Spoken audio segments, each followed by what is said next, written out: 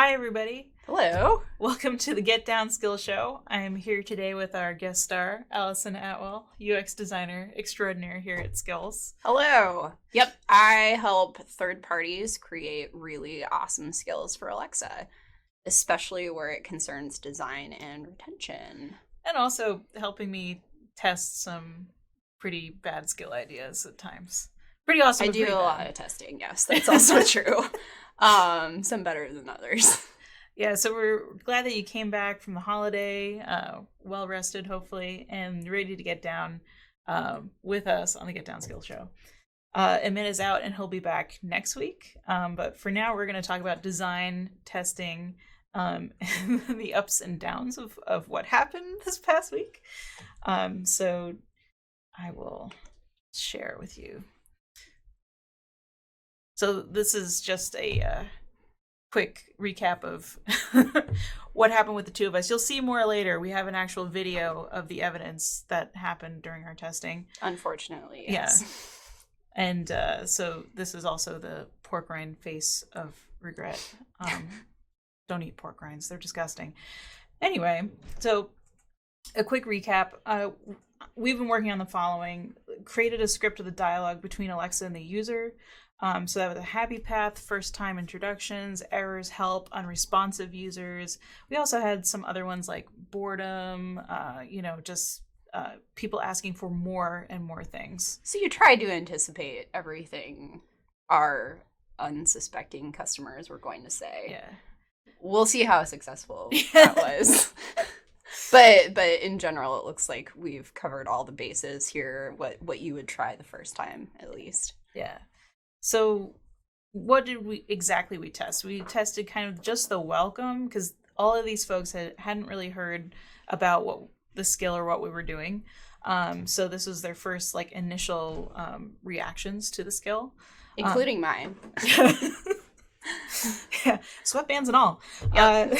So I just made a few questions. So if you do some testing, there's a lot of questions that you should ask your testers after you do the role playing of you as Alexa and them just kind of being themselves. And these are very simplified. I know, Allison, you do a lot of testing. Yes, and we actually have a pretty big testing process when people sign on to work with our team specifically. We call it user acceptance testing, but really we're testing a really solid beta version of the skill, getting a lot of feedback. Either someone will do that internally themselves or we'll hire out the work to an agency. But we generally like as big of a pool of testers as possible as the skill will allow. Yeah, so if you don't have the ability to go to an agency, what you kind of want to go with is kind of non-leading questions as best as you can. We all have a bit of bias. We're all human. And also as the skill creator, you're going to have some bias that you want people to actually like your skill. So you have to tone that down just a little bit. So these were some of the questions that I came up with. Just really quick. Again, you don't want to keep drilling your participants until they don't want to work with you anymore. So it just boiled down to these, I think, 5 questions of, when you hear the skill name, what does that make you think of? What do you think the skill would be about? Have you tried exercise apps or skills before? Then from there, we'd kind of go into the role playing aspect of it. Then after that, we would then ask them, what was your initial thought? And then, would you use it and how would you improve it? Yeah, we would call this guerrilla testing or at Amazon lobby testing, where you don't want to ask so many questions and so many complicated questions and ask so much of the customer, your user, that they are going to be like, no, sorry, I'm late, I'm in a hurry. Yeah. Which is pretty much everybody if you're dressed like this. Consider the time the person is going to want to put into it. Keep it light. But what you want is a very first reaction. You want to know what kind of expectation you're setting. Did you meet that expectation or not? And then people will always give you, I find, unsolicited advice of what to do next, what they'd rather see. I mean, I'm pro food bribery as well. So if you throw, a donut in their general direction, that could also work. Although stand there with a box of donuts. Yeah. That attracts attention. Or a cute dog. Cute dog works. Yeah. You can pet the corgi only after you answer my questions. So we answered some of these. We had a couple people test. I did question more people, but I didn't get them on video. I do suggest that, go out with your cell phone, which is what you're going to see today. This is filmed on a Pixel 2, I think. Any cell phone out there, you can do a couple minute videos and then hash them together and see what you get. You'll definitely see some kind of repeat performances going on from different people of like what they're expecting or what they want to see, or just their general reactions. Yeah. So once you start seeing those, multiple times people saying the same thing, you pretty much have your result. Yeah, there's a few like personality types you're gonna encounter, I find, actually. And I learned this working with Alexa and gorilla testing with virtual reality, which is there's somebody who wants to like smash all the things and they're gonna try to break whatever it is you put in front of them. They're just gonna be like jerks about it. Not like jerky, but they're gonna test the limits a little bit. Yeah. There's people who are just gonna be like deer in the headlights and they're gonna want a little more direction. Everybody is a little bit different. You'll see some personalities, and once you have a good mix of those, you're kind of done once people start repeating what you've already heard. Yeah. Lord of Sound, offering to do an exercise app and then giving them donuts. It's kind of the Planet Fitness strategy of like, Monday pizza bagel thing they had for a while, which is really the only reason why I actually had a membership. Or those gyms that have like the smoothie store with ice cream in the... Yeah, kind of defeats the purpose, but everyone needs a little reward sometime. But yeah, the deer in the headlights thing, you won't really see this in this video. Some other people I talked to a bit, just because like for this case especially, people feel very awkward about their bodies in general, and then moving a body in a different way in front of people. A lot of people view exercise as a very personal thing. Going to a gym is usually frightening, except when there's pizza involved in my case. But so you'll see a little bit of that. I've definitely been in lobby testing scenarios where you'll have, let's say it was for ticketing, like a movie ticket system, and somebody will say, "Hey, what movie do you want to see?" And they'll be like, "No." You're like, "Wait, what?" You have to actually answer the question. So stuff like that, where like people will just break down conversation in weird ways or say offhanded things that you don't really know how to account for that may not be related, and sometimes they are related. Yeah. And yeah, you mentioned context.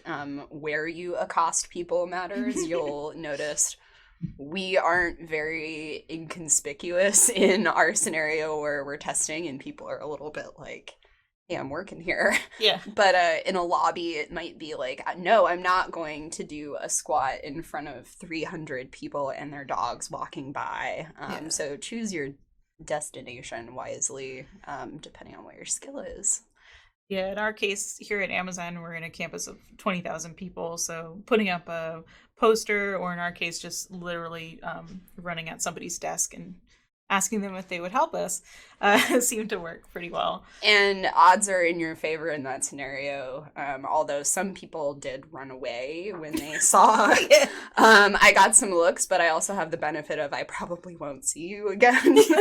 I think also flinging the terry cloth bands at them also made them run away, so don't do that. Maybe don't include wristbands in your testing scenario. So actually, let's get to the video evidence. Let's get to it. So I just want to put this out there. The following video we're about to show you may contain bad fashion, poor taste, literally, figuratively, and actually regrettably awful royalty-free synthwave music. So yeah, you've been warned. Hey, I'm here with Allison and we're filming. Oh, you were filming. I was taking a picture. Are you sitting alone, eating from a jug of pork rinds, not able to get up off of the couch to exercise? Well, we've got the skill for you. Awesome. So, we're here to film our testing for Get Down and also to bring that 80s realness. So let's see what we come up with. Are you ready to get down? Yeah. All right, we need to find some unwilling victims. Does this involve exercising? Only one. You'll be fine. Yeah. Okay, what do I do? All right, so I'm going to pretend to be Alexa. Okay. You're going to pretend to be the user, and you're going to start with the usual open Get Down is the name of the skill. Alexa, open Get Down. Wait, what, do I have to say stuff? Yeah. Get Down. All right, Alexa, open Get Down. Welcome to Get Down, the skill where you'll be able to maybe do 30 squats, but really just one. We're just going to teach you how to do squats. In 30 days, you'll probably not have a butt that's Kardashian worthy, but you'll at least be able to do some squats. Do you know how to do a proper squat? No. Actually, do you know how to do a squat? Yes. All right, so do you know how to do a squat? Have you done a squat before? Yeah. Stand with your feet hip width apart and squat down like you want to sit in a chair, making sure your knees don't bend over your toes. Try one and let me know when you're done.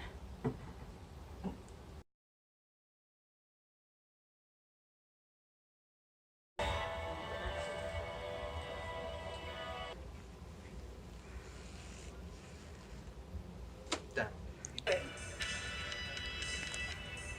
Alexa, I'm done. Alexa, done. That was easy. Now you can say you exercised today. In no time, you'll have to rename yourself Buns of Steel. Did a squat today. Exercise accomplished. Great! You did your exercise for the day. Hey. You're amazing. Yes. Post workout, how do you feel? That one squat, I just... It was everything in just one squat. Yes. What does the name Get Down make you think of? What kind of skill do you think that is? Dancing. What does the name Get Down make you think of? What do you think the skill would be? Not sure I can say that. But what does the name Get Down make you think It sounds like a song. I've done like exercise YouTube videos, but never skills or apps. Pretty straightforward and easy to use, and would probably use it. What was your initial thought after trying out the skill? Seems like a good way to get your feet wet and exercise. But what would make it better? Like what would make it more fun? How could you improve it? Probably doing more than just one spot.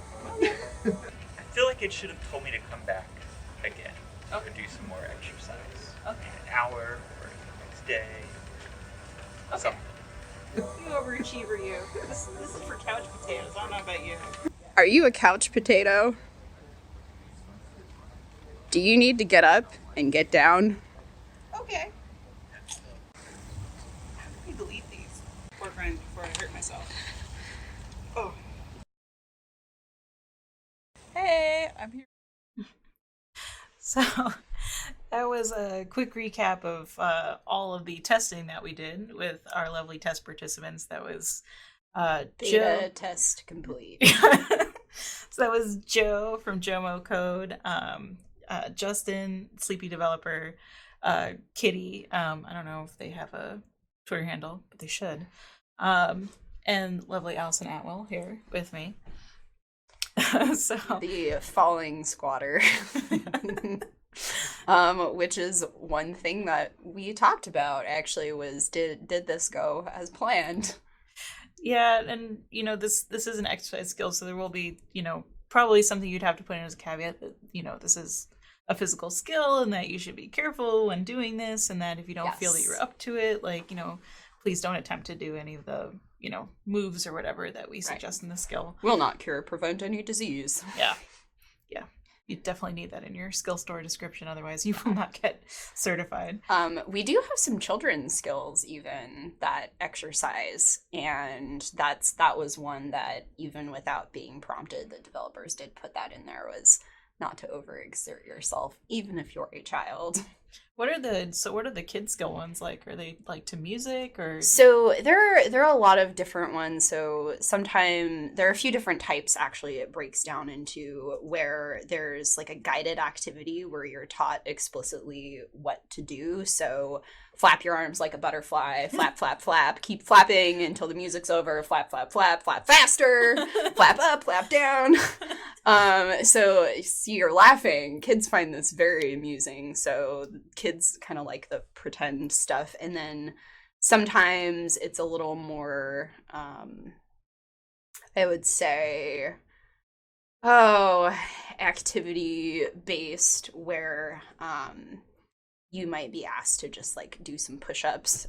Incredibles hero training is one of them, where you're training to be a superhero, but it doesn't all involve physical challenges. And in fact, it encourages you to do other challenges that aren't physical. And there's no real goal either. It's not see if you can do 10 or anything like that. It's very much just do what you think you can do, and it just plays the music. It never plays for more than 30 seconds. So, yeah. Yeah, because you should also exercise your brain marbles up here, too. A little bit of Ravenclaw there, having a riddle before you have to do your next assignment.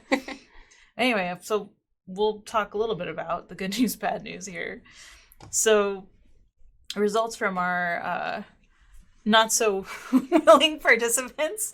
They look like they were willing on camera, but actually it took quite some convincing. Again, probably should have gone in with Krispy Kremes first. Yeah, the pork rinds weren't great bribery tools. Don't eat pork rinds. They're weird. Anyway, so the good news was everyone was able to follow along and do their card skill actions. We kept it very easy. And it was overall positive. People liked doing it. Especially those who have never used a skill or an app or a video before to do exercise, or felt like awkward about doing it. They still did it and said, "Oh, that actually wasn't so terrible. Like I could do this." But, and if they weren't sitting in an open office plan, yeah, that was in front of everyone and your peers, right. and your That boss. bodes well for what most people do, which is using Alexa in their home. To be fair, Kirsch came in and was just like, "Good on you guys." So he's very supportive of our testing and squatting and exercise in general. But yeah, I guess it's bad news, but not so bad news. The participants wanted more than one squat. Like they were saying, "Oh, that's it. That's all. Yeah, you're gonna give me." I mean, that could have been when essentially we picked people who were, in the demographic of, 20 to 30, maybe a little older than that. Yeah. If we had kids or if we had older adults, maybe somebody who's stressed with time, like the one would have been fine. Or somebody who maybe, is a little bit depressed would only want to do one. That's really all they could do in the day. And that's really good that they even did that. So it's kind of also seeing who your test base is. Right. So we've discovered at least two types of customers now. The one who's that fits with their life is let's just do one for now. And then there's that curious person or people who are like, is that it? Can I do more? What happens when I open the skill again? Which is also a good sign because we piqued their curiosity. Yeah, there's a good question there. Is it really important to keep folks at home instead of going out and socializing? I would argue that the gym is not always a socializing experience unless you're in a group class and you're the person that gets, you want to be competitive.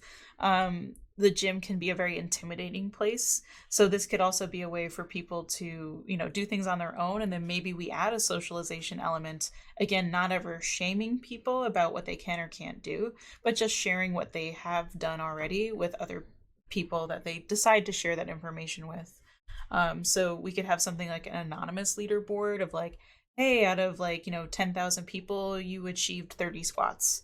Or we can have it, hey, your, friend Dave over there, he's done 40 squats and you've only done 30, just saying, Yeah, there's two schools of thought with that is, does making it public help or not? And I think different people are motivated differently. There might be the braggart, who wants to do 300 squats and brag about that to everybody, and they want to see their name on the top of the leaderboard. And then there are some people that are just maybe you care about your personal streak. I did 1 squat a day for 300 days. That's pretty cool, but I don't want to tell anybody that. Yeah. Yeah, so, I mean, I always think it should be the user's choice because to me, anything about, physicality in the body, that's a very personal choice and we want to kind of honor their privacy. So if we go forward with this, I think the leaderboard would have to be an opt-in and not just a general, everyone gets to see what you can do with your name on it.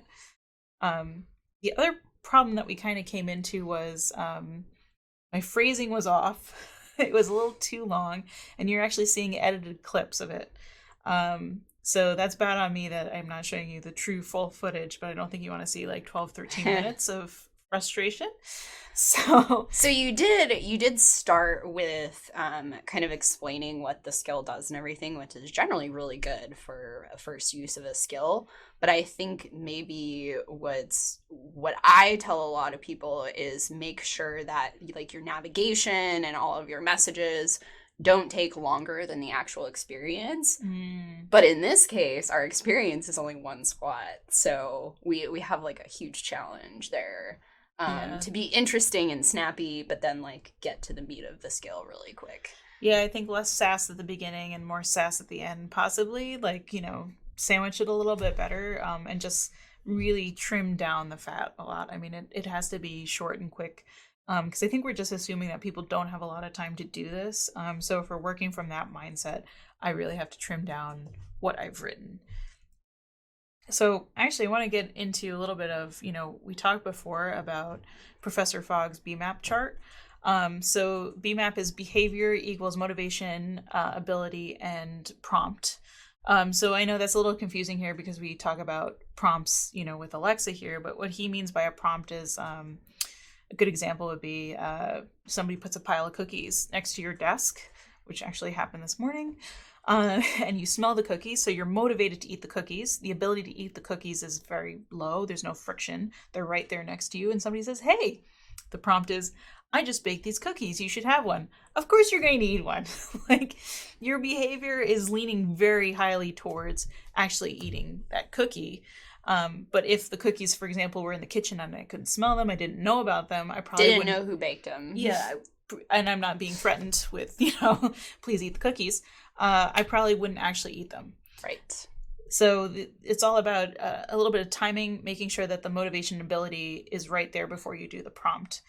We kind of tend to focus on motivation a lot with exercising, especially, and that's actually a really bad place to go from because, evolutionarily speaking, we're not motivated to do extra energy, right? We want to conserve energy. So going out of our way to do something, to be motivated to do it, it doesn't work. That's why resolutions often don't work. You're not going to do it over time, especially because you're not, again, that nexus of motivation, ability, and prompting aren't there all at the same time, every single time. The easiest thing in the world to do is not exercise, and that's what we evolved for sure. Yeah, save your calories, eat more calories. I'm really good at the eating part, but yeah, I actually wanted to bring up, so Professor Foggy just came out with this book, Tiny Habits, and I've been reading a little bit of it. It's on Amazon. Anyway, so Tiny Habits, he's just talking about making something stick by doing something really, really small, a really tiny action. And what some of his examples are, for instance, getting up out of bed. He calls it I think it's like the Maui note or something like that, where you go out of bed and you say, it's going to be a great day. And probably at first you're going to think it's really corny, but over time it actually affects what you do in the morning. You actually have a more positive outlook just by saying that one phrase right as you get out of bed. It's kind of a signal for the start of your day and how it's going to go. Or something like, hey, if you're terrible at flossing your teeth, just how about when you go to brush your teeth, just floss one tooth. Yep. You just start with one, and over time you'll be like, hey, this one tooth is really clean and the rest of them are kind of manky, so I better get in there. But it's, again, starting from a very, very low place, very low ability, so it's easily accomplished, very low friction, and that's kind of where I was coming from with this, of only doing one squat a day. But I think I might have been wrong. So that sentiment of, it's something like, I think it's 27 times, something like that, you have to do a thing before it becomes a habit.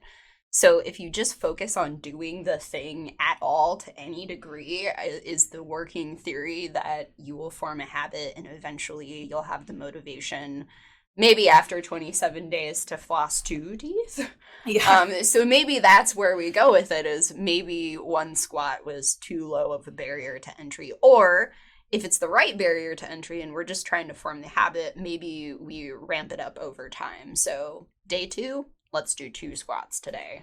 Day 3, let's do 3 squats. And then we reach this maximum of, maybe at some point we ask the person what their goal is, and we just keep adding squats until you get there, and then we celebrate it and we set a new goal.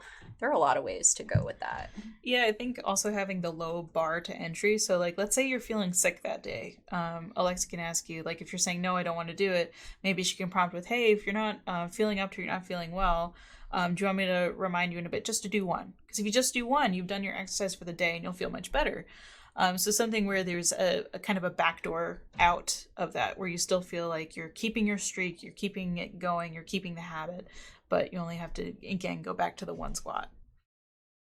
So again, our results and our outcomes, keeping it small and manageable, but I like the stepping up process. Yeah, somebody in here mentioned maybe explicitly asking how many squats you want to start with.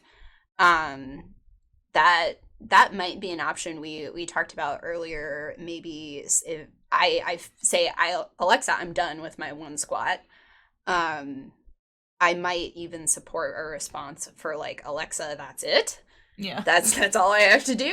Yeah, I'm And bored. if she'd say, well, you had a really good response for that earlier. Yeah, where, it's like, well, I have a bunch of other squats you could do. Here's like, have you ever done a sumo squat? No, let me tell you how to do it. Yeah. So there's actually, I found out there's 30 different squats. Who knew? Anyway. I wonder if you could create, like, what are all these different squats? Because 30. Yeah, so that's something where I think if we went to show the different types of squats for people who are bored or need a new exercise routine, that would be a great way to launch into APL, which for right now we are not doing. We're just going to do home cards because we want to make sure we have the foundation, this whole skill built correctly and the way we want it to go and get it certified and out there. And then we're going to be adding hopefully some APL stuff on there, like videos and whatnot. That sounds like a lot of work. That Yeah. sounds like a really good candidate for in-skill purchasing. Yeah, actually. You can buy the 30 squat pack and we'll teach you how to do 30 different I squats. can see it now, the Squat Squad. Buy it now on Amazon, 99 cents. We'll make There millions. you go.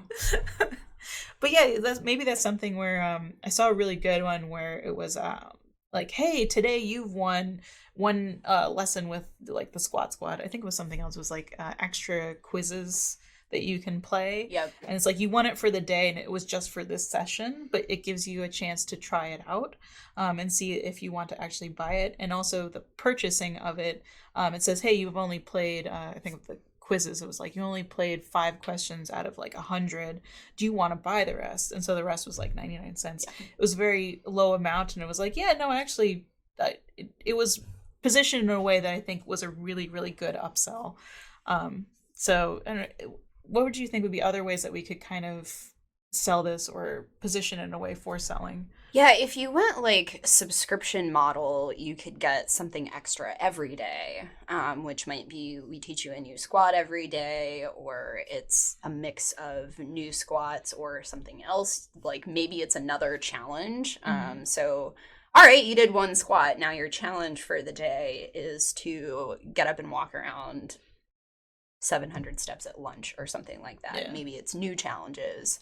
Is like getting your feet wet. That might be every few days. It's like, hey, I'm going to teach you this random new squat. If you want to learn more squats, we have the Squat Squad. Yeah.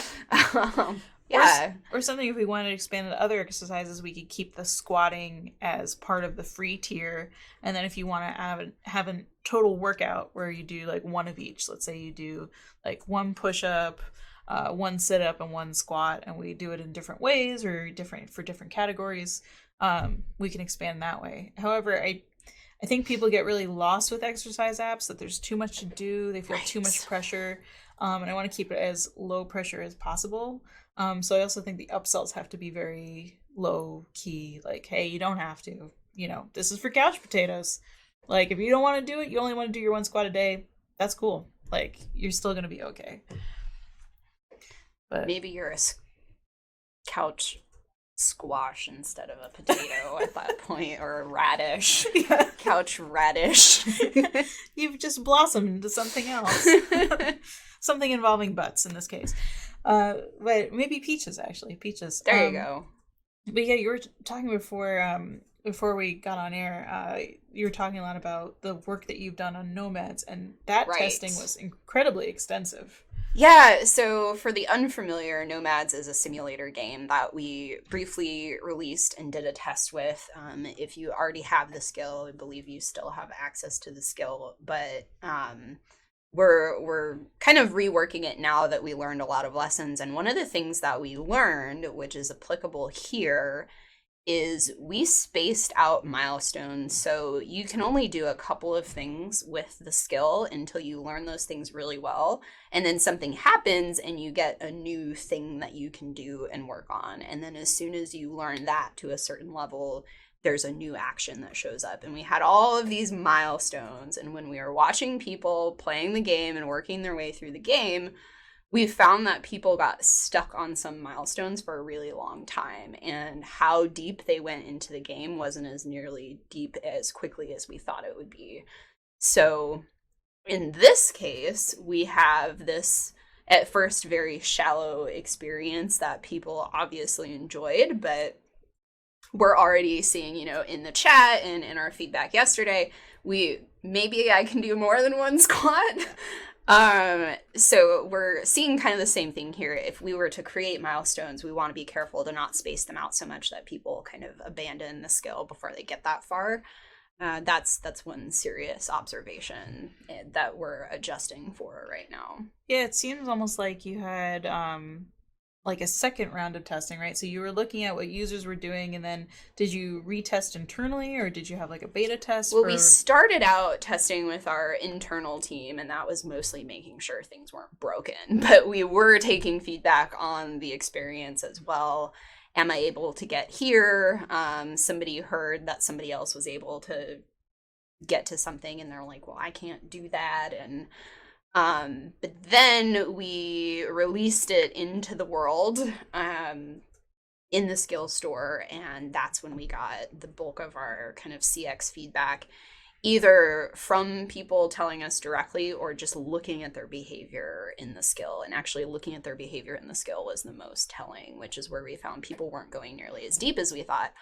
Although we did do a good thing that made it not a wholly terrible experience if you didn't get to those milestones, which is we anticipated people being stuck in certain places for a really long time. And we added a ton of variation to our messaging. So we had it was like 50 something game states that when you're presented with a different menu. So it's like 50 something different menus at any given time you might be presented with, depending on your progress in the game. And I wrote 3 variations of each of those, oh my God. Which might have been overcorrecting for the issue a little bit. There are also some mini games within the game where I wrote variations on those prompts as well. So while I got feedback from somebody just the other day of, hey, I got stuck here, but the skill didn't seem to say the same thing over and over. So that was both a loss and a win. Lesson learned there.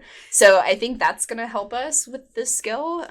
Certainly if you were to add to it, but also coming back every single day, that can kind of get aggravating to hear the same message every time. So it's going to be nice to, like you said, spread out the sass a little bit and surprise people.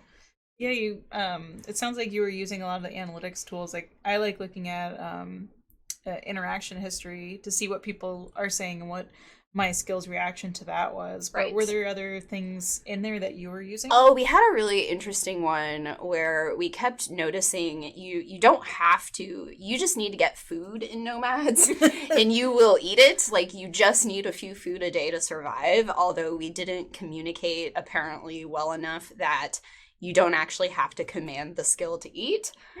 So the first thing that somebody did was ask to eat.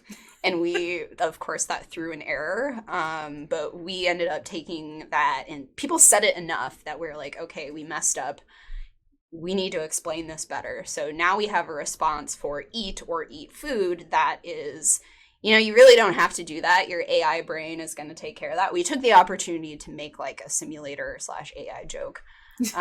So there are probably some opportunities with this skill, like we said earlier, like, is that it, of coming up with some kind of delightful response for those people to put them on the right track. It's funny. I actually had an issue with that. I used to work for Samsung, and when we had translations come in Korean, there's gets mistranslated the like eating and drinking. It's kind of like our word to imbibe.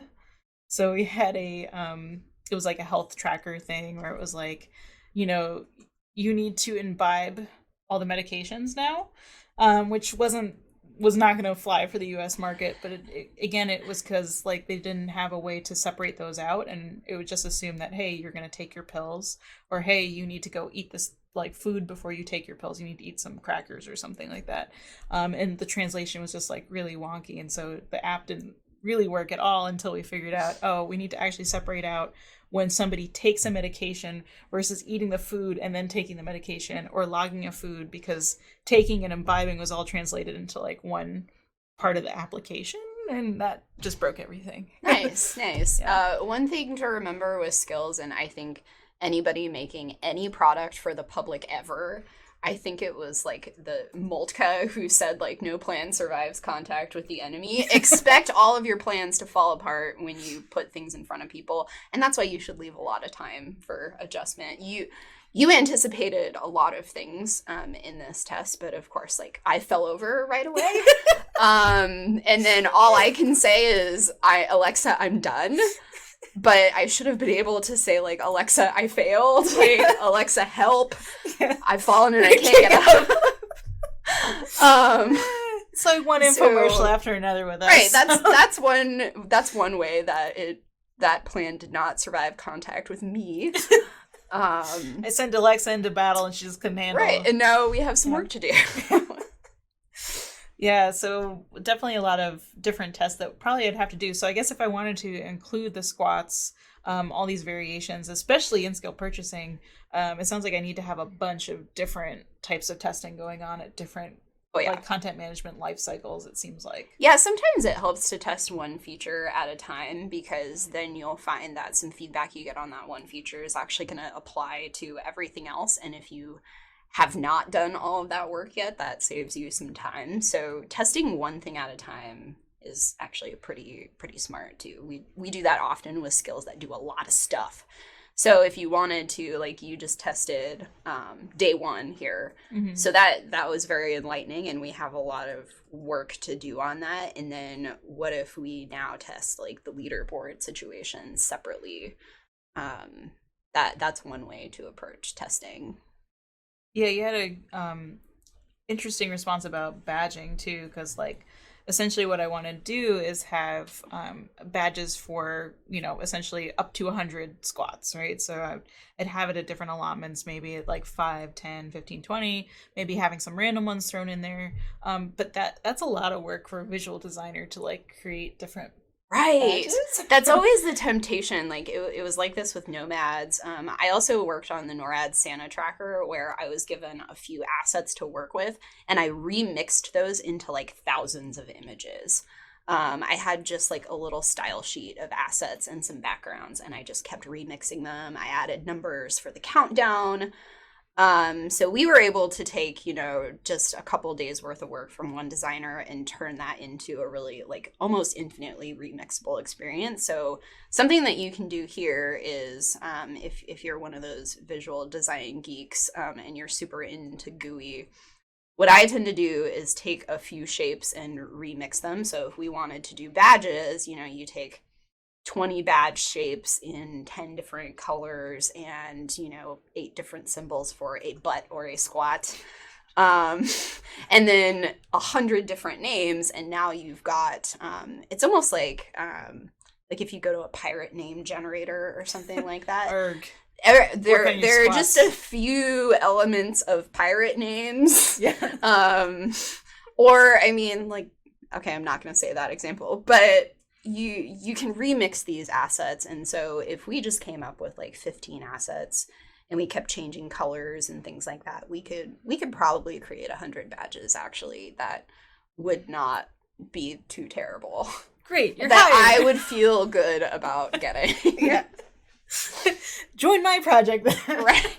Or you can conserve assets and create different levels of that thing. So you might have, so like Amazon Audible, for example, they have like 4 levels of, beginner to scholar of how many hours you've been listening.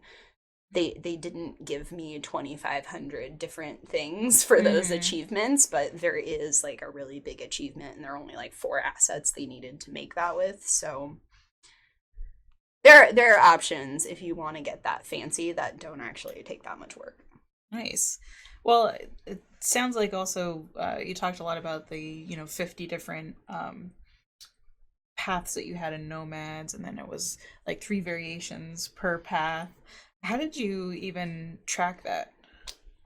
I use storyboards to track that. Okay. So my menus actually look like, so milestone 1, I can only do one thing. I don't even have a menu because you can only do one thing. Milestone 2, you can do 2 things. Well, there's a few ways to say 2 things. So I have 1 storyboard, and then I go plus this other thing. So now I'm going to have 2. And then I go plus this other thing, and I have to add it to those. So now I've got 3 more in that column. Plus this other thing. Now I've got 4 in that column. And I just kept building and building and building, if that makes sense. It seems to make sense. Like, so when you got to the build stage, how did you work with your developer to make sure that, all of your assets got put up there for APL, but also... Oh, when I handed it off, I hid under my desk for like a day. Oh boy. So with Nomads, we used Skillflow Builder, and so what I ended up doing is I had what the condition was. So it was essentially the available actions, which are X, Y, Z, A through F, whatever they were. And they would basically just write an if-then statement for that, and they would put those 3 responses I wrote in a randomizer. Was how they did it, because that was how Skillflow Builder was working at the time. There are alternative ways to do this, and actually we've found that listening to those menus really often for like kind of a power user was really boring. So then I had a bunch of generic lines, like just generally like, what do we do next? Yeah. And you can always ask it what you can do. But we did include some general phrases for people who didn't really need to hear all of those options because they've already heard them 700 times. Well, that's actually really interesting, right? Because I think a lot of people don't always ask, what can I do? But they're thinking it. They're thinking it. They're sitting there like... Yeah. But they don't actually say it. Well, it's because like a lot of these voice entities are kind of first assistants, right? So we had Siri, she's an assistant on the phone. We now have Alexa, and she's has a very broad base of things that she can do. But it's often that because you are the owner of the device, it's just assumed that you are going to lead the conversation and that you have a little bit of knowledge of what you want. Right. But a lot of times people don't know what they want. Right, and a lot of people try skills not knowing what they're getting into. Sometimes, like Get Down, we got a few different answers for what people thought this might be. And so if somebody saw some marketing about it or something like that, and they went in to use the skill, they might not know everything that the skill is capable of. And that's been a lesson learned with most people that I've worked with is we've got to help people out here. If our skill does a lot of different stuff, we need to help them discover everything that it does. And feature discovery in a skill can be really difficult. Yeah, I was having problems with that in my introduction. I think it was too long. Even though it was something very simple, it's really hard to be succinct with that first meeting and get them really hooked on it. Right, and then a lot of times what people ask afterward is maybe something that should shape your first experience. So everybody that we tested the skill with was like, was that it? Or do I just do 1 squat? So maybe the introduction is, welcome, we're just going to do 1 thing and only 1 thing, and make that like abundantly clear. And then later, after the person does the thing, say, well, here's the deal. We're going to do this 1 thing every day. We're going to get you in a habit. And there's some explanation about why the skill is set up the way it is. And that's one thing that one thing that we're revisiting with Nomads is how are we reminding people what the ultimate goal is? And how are we telling them that, something bigger is coming as well. So Interesting. Yeah, reminders. Joe had brought that up when we were testing. Poor Joe, we pulled him out of his chair. Thank you, Joe, by the way. So he had said, I'm not going to remember to do this. So I'm the kind of person where I would like to set up a reminder or have some way for Alexa to remind me to do this. So that's something that I hadn't really thought about. Again, we're trying to instill habits, and that's actually a really important thing to do. Unfortunately, with reminders, you kind of have to push the user to then approve and set the reminder right now. So that's something that we at the end be like, hey, like maybe something like, hey, you're not doing your squat now. Do you want me to remind you later today? If so, when? And then have them say, yeah, 2 p.m. today. Okay, I will remind you to do a squat at 2 p.m. today on Get Down. Right. One alternative is you could do the explicit reminder thing where you actually go through the work to set up a reminder. The customer says, yes, I want to do that. I approve that. There is also, we could set up the interactivity in a way that at first inspires them to do the skill more, so they form that habit and remember. So maybe it's like, come back in an hour to do another one. Come back in 5 hours. Now come back tomorrow. Now come back in another hour, then come back again the next day. So maybe I only do the one squat once and I forget about the skill, but if I do it again an hour from now, and then maybe every 3 hours, or we could set up some kind of mechanism. You see that a lot with games that do like a break in the action, or as somebody might disparagingly call it, a torture break. Yeah. If we all hearken, if we all kind of hearken back to like Farmville, that was their strategy of like, dang it, some things, right? Some things you have to come back in 2 hours, and some things you don't have to come back for like 10 hours, but you were always like, what is the thing I have to do next? Definitely, like that's not something that you would have to do, but maybe just that one time, that first day when we do our first squat, like, all right, take a breather, come back in an hour and let's do it again. And then it's only once a day after that, possibly.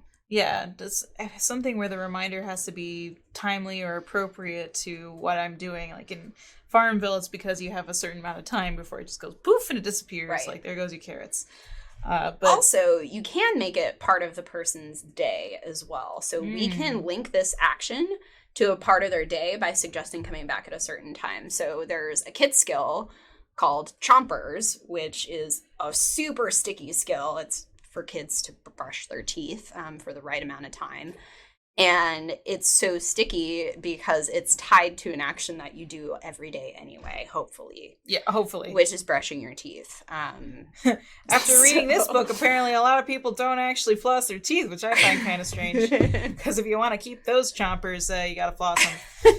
But actually, so yeah, we might actually say, come back like after breakfast tomorrow, or let's gauge the time of day. You used it in the afternoon. I say come back after lunch. Yeah, it has to be tied to like something concrete, right? Right. So like, a meal, or hey, when you're back from work, once you're done, vegging out, you may just want to do a squat before you go to bed or something like that. Yeah, when you wake up, when you go to bed, that's like, if you could tie it to an activity or suggest tying it to an activity, I think that would make it more sticky. Yeah, we had a question in there about can any skill do like a reminder or notification? It's not a notification like an app would do a notification. Like, you're not going to see it like in the Alexa app, I don't believe. But you can have it where you're explicitly asking the user to set something up. Right, so the way I'd have to structure it is, do you want me to remind you at this time to do a squat with Get Down? Again, I'm putting the name of my skill in there because they may forget about it, or they may have multiple exercise skills, and I want to distinguish myself by reminding them that to come back to my skill in particular. Then what Alexa's going to do is you have to set it up where she's then going to explicitly like say it back, confirm it back to the user, saying, yes, that's great. I will remind you at this time to come back to Get Down and do your squats. Yeah, so you can, it shows up as you're referring to the notification. So you'll see the yellow ring and you'll say, Alexa, what are my notifications? And among all of the things that might send you notifications, that will be in there. We implemented that with Nomads almost immediately when it was available, because the whole like crop watering thing, it was actually taking 10 hours for a crop, or it took 24 hours for a crop to grow, and you had to water it twice in that 24 hours, which is like, that was way too complicated. We're going to simplify that. But we thought that sending a notification that your crops were ready would be a good idea. We're kind of rethinking that, but that's what happens essentially, is you get those reminders. There is no way for Alexa to proactively announce those things yet, though. To answer that question, there aren't any announcements. It's done strictly as a notification. Yeah, because we don't want to be intrusive. These devices are in public places in the person's home, and we don't want it to just be like, blah, Even blah, if blah, blah, blah. even if we could, we don't want to in this case. Again, it's a whole privacy thing. You should be respecting the privacy of your users, that, you know, you want them to genuinely want to interact with it, not force them to interact with your skill. Right. There are skills that will explicitly say, or they will tell you the phrase to use to set a reminder for yourself. So anybody can ask Alexa to remind them of something. So you could also go that route as well, where the skill says, just ask Alexa to remind you to do this at this time. Although which is kind of a janky workaround. Friction in that is pretty high, Right. and I doubt that people would do it, honestly. Right. Actually, Lordistown had an interesting idea of, having, you're not allowed to do it, the reward is a game, and that if you don't do your squats, you can't play the game. There you go. That's a great one. So if any of you want to build that into your skill, like, go for it. That's almost like making your TV powered by treadmill. Yeah. I mean, I've always said if the zombie apocalypse happens, I just need to put a bunch of like exercise machines out around, and the zombies could power my house Right. for me, including the electric fence. There you go. Yeah, it would work, But yeah, so, we're talking about reminders and stuff. There's a lot of friction elements, I think, that you have to be considerate of. Like in Nomads, you were talking about, hey, you had to water the crops twice in a 24-hour period. Right. We're not doing that anymore. Yeah, like it seems like Farmville too, like people would kind of drop off because the rate of return was too high. Like it was just too hard to get to stuff. It took too much time. It just wasn't worth it. Or like you would get something silly like, hey, you got a new like farmer's hat. Like, okay, great. Now I'm not gonna get sunburned. But there are 2% of their customers who would pay to do such things. Thus, we had Farmville for years. Yeah, I don't know. There are the completionists, and then there's like literally everybody else that has something better to do with their lives. Yeah, I kind of think of one game that does it really well is Untitled Goose Game on the Switch, Nintendo Switch. It's one beautifully done. Looks like, hand cartooning. They use classical music in the background, and pretty much you are a jerk as a goose. Like you just go and you take a sandwich, you throw it in a pond. I mean, you have all sorts of tasks that you have to do, but you don't necessarily have to complete all of them necessarily. Like you just have to get to the one that opens the next level. If you want to complete it, you can, but it leaves off a few. So if you want to come back and keep playing that section, you could do that, but you can move on to the next thing too. So it's nice to have that kind of flexibility in a game, or flexibility even if you did that in a skill of like, hey, like, come back later and, we'll play this thing, or like, you can always come back and answer these questions, or, things that are not made mandatory to continue on. Yeah. Oh, what might be kind of fun is if somebody really wants to do more squats, you could do like a challenge, and it's if you, she could play music, 30 seconds of music so we can get back into the skill so it doesn't flip into long form audio, but 30 seconds of music. How many squats did you do? Well, I did 3. Well, you get this award. Yeah. Or I did 30, and holy cow, you get this award. So you might do stuff like that too. I can come back and do that anytime, because I think that also has made, talking about simulators again, that makes a skill still really sticky. So even if you have a break between the time of doing things, so 1 squat a day, I have a break until tomorrow, is there something else I can do in case I just haven't had my appetite satiated yet? So there's like My Farm, a simulator skill for Alexa, simulating a farm. You might be on a break, but you can always go look for the cat. Yeah. And go find the cat. And every so often when you go looking for the cat, you get a coin. So that's something that you can do all the time, no matter what. Wasn't that the one where you made everyone nuts by going, buy a chicken? Alexa, Yes. buy a chicken, So buy a this chicken." this is where I learned that possibly varying your messaging is a good idea, because or letting people do like compound actions, like buy 500 chickens. Because in my farm, I wanted to get to the chicken mansion, but I had to buy 1,000 chickens. And Poulet Palace. I worked super hard to get enough coins to buy chickens, but I couldn't say buy 1,000 chickens. I had to say buy a chicken, buy a chicken, buy a chicken, buy a chicken, buy a chicken. And I was testing this in the office, and I think by the end of day one, everyone wanted to kill me. Yeah. I can heard see that. shouting like, Alexa, just let her buy chickens.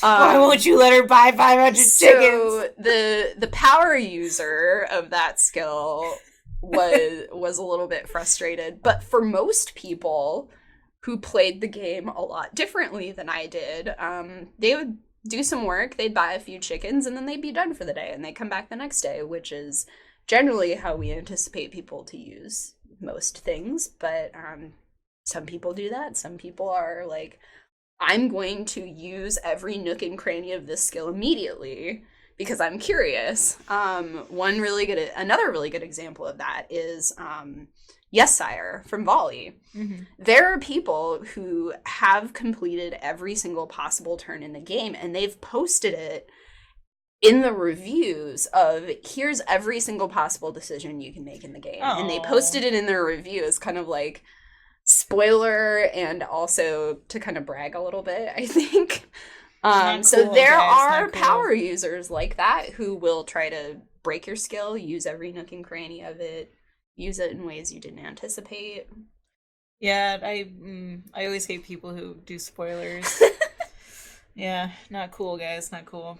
But yeah, that's actually pretty impressive that you can get through all of Yes Sire. I guess a lot of people do that with gaming too. Like, I'm sure there was somebody who went through all of like Oh yeah.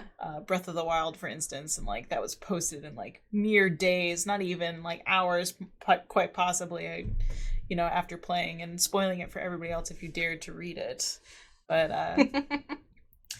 yeah, so for this one, it sounds like we have a few things that I really need to focus on before I give it to Amit.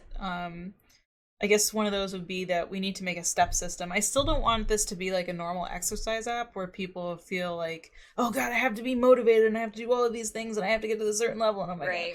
I think that anxiety, like, one, gives me hives. And like, two, I don't want to I just want to make it as simple as possible. Again, making what Professor Fogg was talking about, that tiny habit, and letting that kind of more organically grow.